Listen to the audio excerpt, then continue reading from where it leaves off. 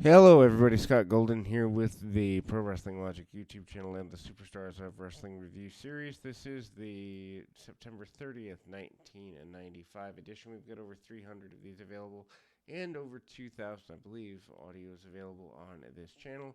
If you would like to see future old school, preferably before 1998, products covered, would love to see that. Hopefully, getting back to interviews in 2023, but that a lot depends on my move and other things. Highlights of Hakushi getting ready with Barry Horowitz. Barry Horowitz trying to Americanize Hakushi is a pretty big part of the character here. Hakushi, of course, a guy that never really caught on, but they are a momentary tag team, of course. At this point, I do believe Horowitz had, in fact, beaten Skip in previous runs here, and of course, Barry Horowitz, a known enhancement talent for a good bit here.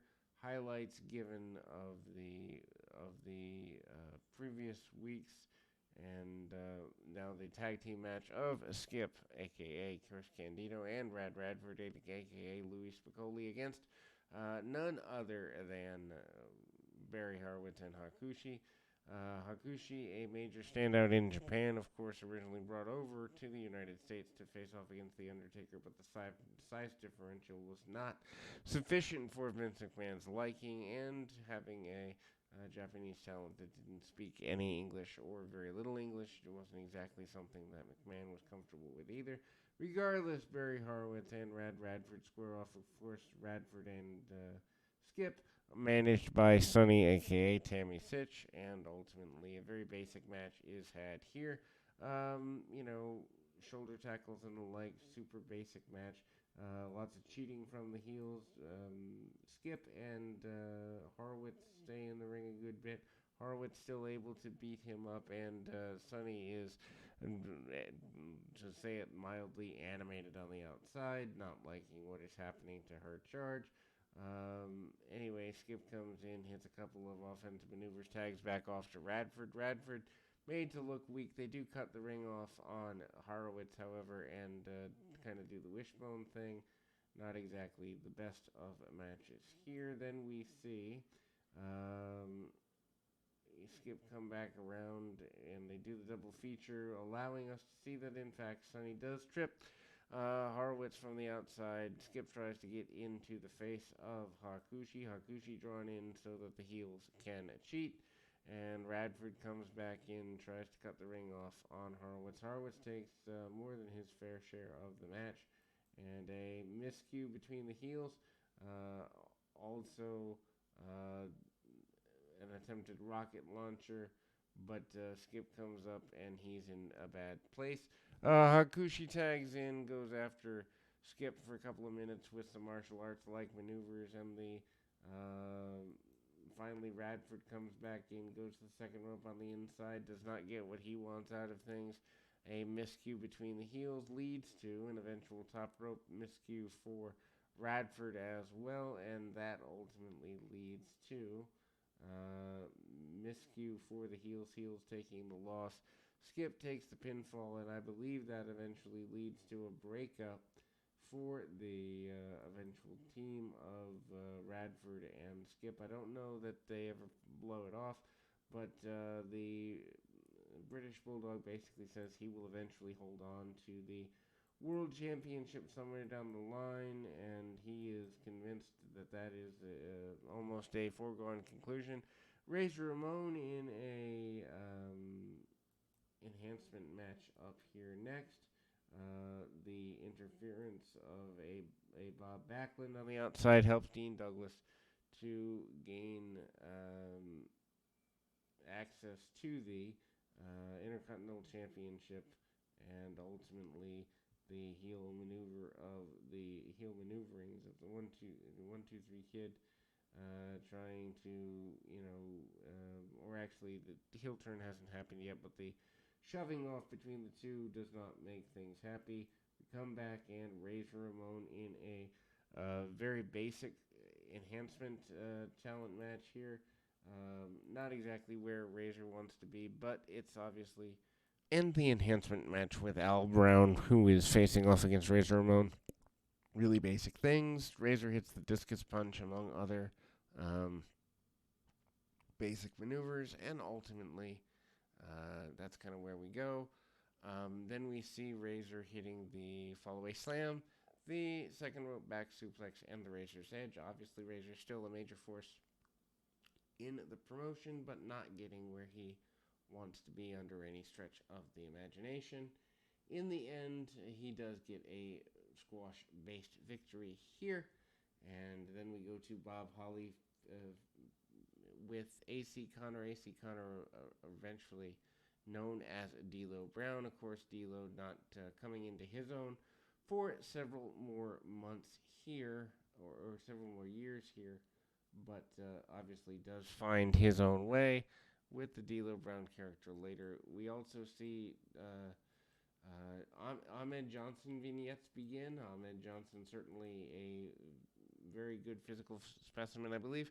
Played formerly for the Dallas Cowboys, and a really good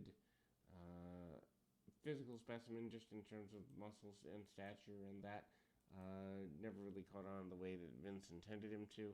But needless to say, he's kind of talking about the challenges of coming to the World Wrestling Federation and wanting to be a role model for kids. They do several of these vignettes over the next several weeks and kind of trying to keep things going in that general direction. As mentioned, the match between AC Connor, who catches Bob Holly with a spin kick, and Bob Holly is mostly kept by Holly, although Connor given more than the average enhancement talent he had.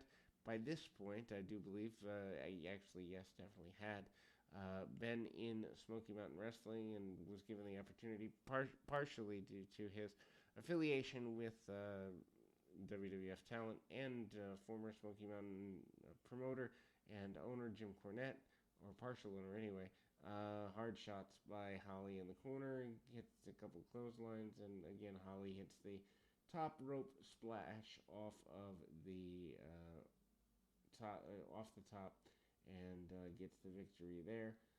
Debate over the events of the previous weekend's In Your House pay-per-view, where in fact Diesel and Razor Ramon were crowned the tag team champions, and then those championships were held up, being held by, I believe, they said 4 teams in the span of 24, 48 hours, something like that. But anyway, kind of they do a highlight from Raw.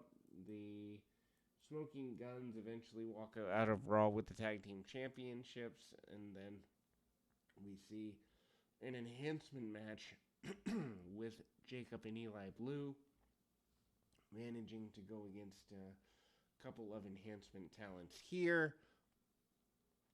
The Blue Brothers defeating Sonny Rogers and Bill Gollin, nailing him with a double spine buster along the way, and ultimately, proving their dominance. Again, the Blue Brothers really don't have a terribly long run here either. That's more about not getting along with members of the clique, according to the story. But some people would say it might have to do with their tendencies towards being racially motivated, and also the biker tendency. On the outside is Dutch Mantel, in this known as Uncle Zeb, Zebekiah, and later known in about a decade and a half as Zeb Coulter.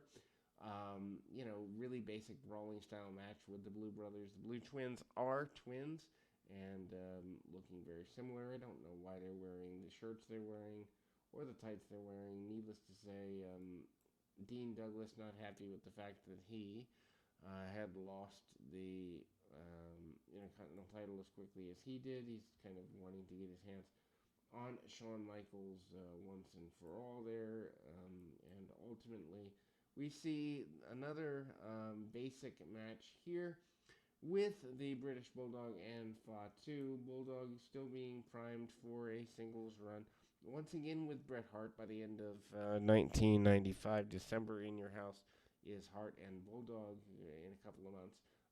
A win over Fatu. Fatu doing the Make a Difference, basically keep kids clean off the street type gimmick is what's here. Fatu manages to roll his man back in. Second rope headbutt, of course, the former head shrinker, known for the hard head, known for giving high intensity action. He hits the headbutt and does not land the way he wants to there.